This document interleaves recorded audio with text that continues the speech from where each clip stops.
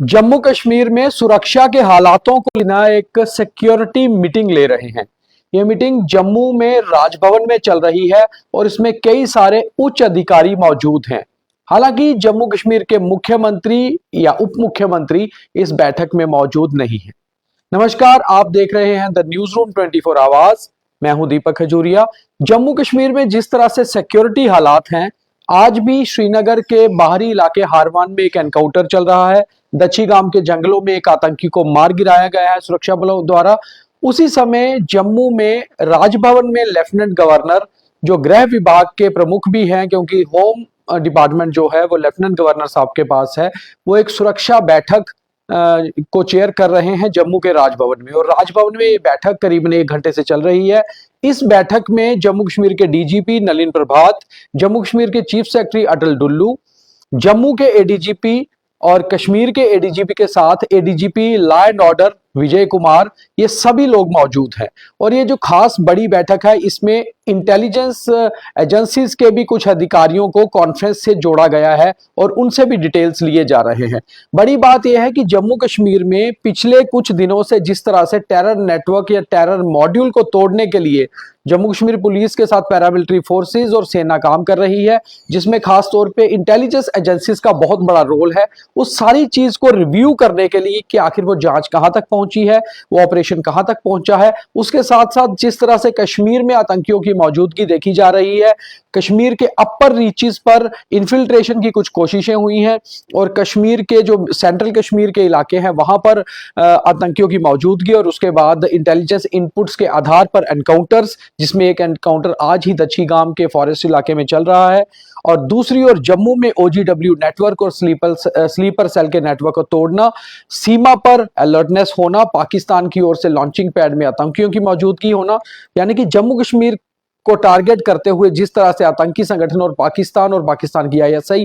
काम कर रही है, जो इनपुट्स आ रहे हैं कि इन्फिल्ट्रेशन को बढ़ाने की कोशिशें हो रही हैं ताकि आने वाली सर्दियों में कोई बड़े हमले करवाए जाएं, उन सबको रोकने के लिए, उन सबको काउंटर करने के लिए जो स्ट्रेटजी बनाई जा रही है, जो प्लान्स बनाए जा रहे हैं सिक्योरिटी फोर्सेस द्वारा, इंटेलिजेंस एजेंसीज द्वारा, उन सारे प्लान्स को रिव्यू करने के लिए लेफ्टिनेंट गवर्नर मनोज सिन्हा ने एक सिक्योरिटी बैठक, सिक्योरिटी रिव्यू मीटिंग, सुरक्षा समीक्षा बैठक राजभवन में रखी है। और ये इमरजेंसी बैठक है, कोई पहले से बहुत प्लान नहीं था इसका। हालांकि 2 दिन पहले ही जम्मू कश्मीर के डीजीपी नलिन प्रभात वापस लौटे हैं भुवनेश्वर में डीजीपी नेशनल कॉन्फ्रेंस में पार्टिसिपेट कर और वहां पर जिस तरह से होम मिनिस्टर अमित शाह और प्राइम मिनिस्टर नरेंद्र मोदी ने एड्रेस किया था उस कॉन्फ्रेंस को, वहां पर भी पुलिसिंग को तेज करने की बात हुई थी। और खास तौर पे इस बार जो डीजीपी नेशनल डीजीपी कॉन्फ्रेंस थी, उसमें जम्मू कश्मीर और पंजाब पर बहुत नजर थी, क्योंकि सेपरेटिज्म को तोड़ना और जम्मू कश्मीर में सेपरेटिज्म और टेररिज्म को तोड़ना, पंजाब में खालिस्तान जो एक फ्रंट खोल के बैठे हुए हैं खालिस्तानी आतंकी, उनको तोड़ना, इन सबको काउंटर करने के लिए जो स्ट्रेटजीज थी उस पर बात हुई है। और प्रधानमंत्री ने अपना व्यू पॉइंट भी रखा है, होम मिनिस्टर ने अपना व्यू पॉइंट रखा है, और वहां से जो इनपुट्स आए हैं उस सारे आधार पर, वहीं दूसरी ओर लेफ्टिनेंट गवर्नर साहब भी दिल्ली में कुछ बैठकें करके कुछ दिन पहले लौटे थे, वहां पर भी जो इनपुट्स हैं, किस तरह से आगे सारा कुछ चलेगा, उन सब के आधार पर ही आज की जो बैठक है, सुरक्षा बैठक, ये की जा रही है। और बड़ी बात यह है, जैसे मैंने शुरू में कहा था, कि चीफ मिनिस्टर और डिप्टी चीफ मिनिस्टर इस बैठक में मौजूद नहीं है, क्योंकि चीफ मिनिस्टर और deputy chief minister home department उनके पास नहीं है जम्मू कश्मीर की सरकार के पास। जम्मू कश्मीर में म्यूटी है, सरकार के पास कई सारी पावर्स नहीं है, फाइनेंशियल पावर्स हो या होम की पावर्स हो, इसलिए चीफ मिनिस्टर या जम्मू कश्मीर की जो पॉपुलर गवर्नमेंट बनी है उसका कोई सीधा दखल गृह विभाग में नहीं है। अदरवाइज इससे पहले जब जम्मू कश्मीर स्टेट हुआ करती थी तो एक यूनिफाइड कमांड की बड़ी बैठक होती थी सुरक्षा रिव्यू को करने के लिए, जिसको कि हेड चीफ मिनिस्टर किया करते थे, उसके चेयरपर्सन चीफ मिनिस्टर होते थे। हालांकि यूनिफाइड कमांड की बैठक के अलावा भी जितनी भी सिक्योरिटी बैठकें जम्मू कश्मीर में होती थी, उसको जम्मू कश्मीर की सरकार हेड करती थी, चीफ मिनिस्टर खुद हेड करते थे। और जम्मू कश्मीर जैसे कि डिस्टर्ब स्टेट रही है, 90 के दशक से ही इंसर्जेंसी शुरू हो गई थी, टेररिज्म शुरू हो गया था, तब से लेकर जितने भी चीफ मिनिस्टर रहे हैं उन्होंने होम विभाग अपने ही पास रखा है। चाहे एमओएस होम किसी और मंत्री को दिया हो, मगर जो होम का कैबिनेट स्टेटस है वो अपने पास ही चीफ मिनिस्टर रखा करते थे, क्योंकि बहुत अहम होता था यहाँ पर लॉ एंड ऑर्डर को देखना, टेररिज्म से रिलेटेड बातें, जो सिक्योरिटी से रिलेटेड मीटिंग होती हैं, कुछ खास बिंदु होते हैं, उनको डिस्कस करना, और फिर केंद्र के साथ समन्वय बनाना।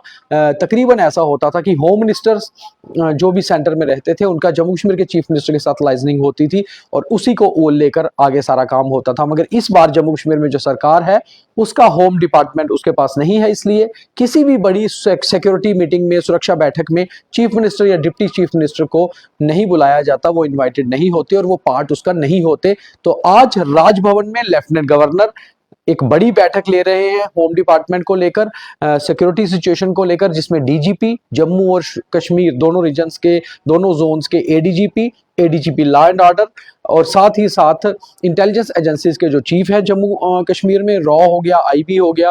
उनके साथ कॉन्फ्रेंस में जुड़े हुए हैं और साथ ही साथ चीफ सेक्रेटरी अटल डुल्लू भी इस मीटिंग में मौजूद हैं। क्या कुछ खास फैसले रहते हैं? खैर इसके प्रेस नोट्स तो नहीं निकला करते, सिक्योरिटी बैठक्स होती हैं, बहुत सीक्रेट चीजें होती हैं इसमें। मगर जैसे मैंने आपको मोटा मोटा मेन बताया कि जम्मू में जिस तरह से टेरर मॉड्यूल को तोड़ना और कश्मीर में जो आतंकी हैं उनके साथ इनपुट्स के आधार पर एनकाउंटर करना, उनका खात्मा करना, बॉर्डर और एलओसी की पोजीशन, इन सबको देखते हुए ये सिक्योरिटी मीटिंग की जा रही है। तो जो हमारे पास जानकारी थी हमने आपको पहुंचाई। उम्मीद है आपको सही लगी होगी इन्फॉर्मेशन। इसको लाइक शेयर फॉलो जरूर कीजिए। जो भी कुछ खास और खबरें रहेंगी वो आपके तक हम पहुंचाते रहते हैं। आप द न्यूज रूम 24 आवाज पर कैसे कार्यक्रम देखना चाहते हैं और आपको हमारी इंफॉर्मेशन, हमारे लाइव्स, हमारी स्टोरीज कैसी लगती हैं, ये जरूर हमें बताते रहें। बहुत धन्यवाद।